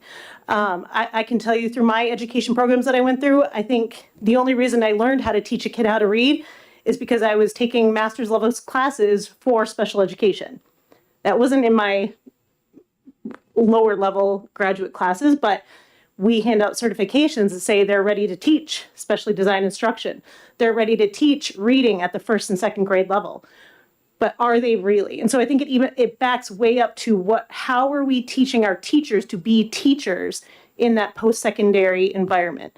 I don't know how to fix that, but that's where it starts, because they need to come out ready to educate all learners, not just the average typical kid. I think the average typical kid includes those kids with some of those disabilities. I think the only time that we really should be making those kind of unique adjustments are when we've got kids who are truly violent, truly medically fragile, truly, have no capacity for even being in a classroom setting. My vision maybe not be what others is, but I feel like we could do a better proactive approach to educating our kids and our teachers. Lisa? Just one actionable thing could be an option, maybe. There's so much special education funding that is out there for the purpose of special education only. And if we can expand it to be used for response to interventions, supports and services, preventative care, that may be an option as well. All of our special education students are all general ed students first. We do know that we've had this discussion, and there's been some legislation that's coming in saying the special ed funding can only be used for. However, when we dug down in, we found that IDEA allows for us to work with those students that are at risk up to third grade, that for those that need to be in the after-school programs, they can be used. Now, whether leadership in your districts is doing this or not is another question. I concur with everything you've just said over there. I do say that we had teacher shortage committees, and we saw the same thing. Many people are coming out and don't have a hot clue what they're going to be dealing with in terms of discipline in the classroom. But I also think it goes beyond that. I think it goes to, you're not going to have a well-oiled, greased machine unless you have wonderful leadership, consistent leadership in the structure and organization of how the show is run. Needs to be consistent and involving all that are participating within it. And I come from that leadership side that I see a lot of holes now where it's not in the classroom, it's not curriculum, it's not instruction, it's something else now. And so I really appreciate you want to get a last word in here? Go for it, Jessica. The only thing I was going to say, I 100% agree with you. And I change doesn't happen unless it's the top down, right? And that speaks to leadership. And I think I have attended, and I'm sure my colleagues have, so many trainings and professional development that was geared towards special education administration and directors that really could have been useful for principals, superintendents, things like that. I think we separate our leadership at the state level from special ed and gen ed, and that trickles all the way down. When you have these separations of learnings, of funding, of philosophies, it's only natural that that's going to continue all the way down. And so your leadership has to be at that same point too, where they're wanting that same kind of collaboration and support from the top down. So I just completely agree with you. There's a lot of data out there. You look at the DOE employees and where the money comes from to fund them. 75%, maybe upwards a little higher, comes from the federal government. General ed funds very little. And grant money, even smaller than that, maybe 6 to 8 employees. And then the number of positions just not filled. Representative Peoples. Yeah, it's just a follow on to, I love your utopian view over there, but much like industry has de-siloed many of their functions, I think it looks like the education system could benefit from that as well. Thank you for your candor in that. Anything else? Representative Burton, you're not on the subcommittee, but you're welcome to have. First, I want to thank you. I'm not a potted plant. I'm just not on the subcommittee. But as a president of a community college where these children go after they graduate, there is no special ed, but there are special teachers. And when we had 500 or 600 students coming off IEPs, the idea was to work with the faculty, not necessarily the students.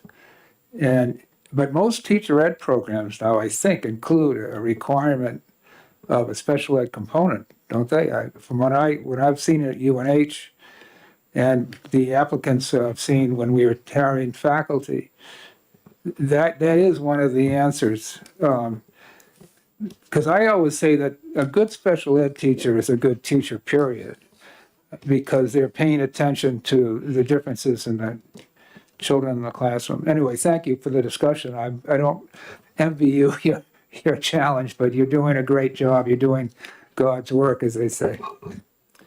Well, I want to thank you again for the committee for coming in here today, all four of you. And it's a huge topic here, and we could go on for a long time here on this. And we are going to be. I would just encourage you, if you mentioned the reference to this special education handbook, or is there of course, Rebecca's probably listening, so. It is online. So that's online, so we'll get that. And if you have any thoughts on, how to, answer some of the questions here later on, please just text us or let us know or call. We're really seriously looking at special education, how we can improve the funding and support for it, and make sure that the dollars we're using are being used appropriately right now. So, thank you very much for coming, and I Thank you. appreciate it. If you And need have a good anything, afternoon. reach Thank out you. to us. Thank you so much. Rick, before we break here and before you guys all leave, and thanks very much for being here today. This is really, I think, a good conversation, a good discussion. We learned a lot. Picking up what was put down, particularly for 2 weeks from now, which will be our next meeting. Would it be helpful to maybe have the special education aid manual be our next focus point on this, and have somebody from the department join us for that? And Yeah, it's already been established. We are going to have the director here for Okay. special education. Okay. And that's going to be on April 28th at 10 o'clock. Yeah. And I've communicated that with them several weeks ago. Yeah. And they've agreed. fantastic. So I think that ties right in. We're going to get down to it, and hopefully we can get into some of the finance associated with Yeah, and the director's and responsibilities. talking about that Nessus some more, and what sort of information we might be able to mine that gives us a better indication of what the cost profile per student looks like. And the other area that I think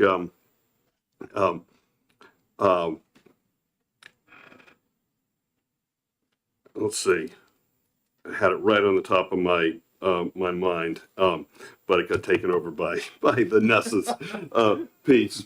But it'll come back to me. So Yeah, so we'll have Rebecca in, and hopefully if we can delve into those responsibilities she has towards this special education catastrophic area, but going down towards that 2.5 mark. yeah, and And that's- actually, Rick, that was the part that I was thinking of too, and I think it ties in with Jessica's actually all of your discussion on this, but are there, and I think this is an ECS, maybe an ECS help, what the Education Commission of the States, what very different, are any other states using a very different model for providing educational services, student services? For special education. So I was deliberate to not use that term in that and just call it student services, but a different delivery model than what we're doing here in New Hampshire. And I'm not suggesting that we take a step going in that direction, but just to understand what other states might be doing that are very different than how New Hampshire delivers student services. Jennifer, you had a list of 6 or 7 other states we're looking at with Josh Moore, is it? Or Yeah, Joel. Joel? Joel provided us some information more on the accountability side, Yeah. but when I was looking at the different high cost models, I did go through, I guess this was back in January, a number of different states. I don't know if it would be considered a very different way, but I did look at a number of states to see how they manage high cost. You might want to ask Rebecca to bring you the number of paras, and I know she can get this information that we have in the state right now. Mm-hmm. And the other thing you might want to find out from Rebecca is the number of 504 students we have in the state that are on the verge of being special ed and potentially. Okay, we will do that. Yeah. Well, thank you very much and have a safe drive, all of you. Great. Thank you for coming. Okay. Okay, very much of an incremental process picking up. You know, it's like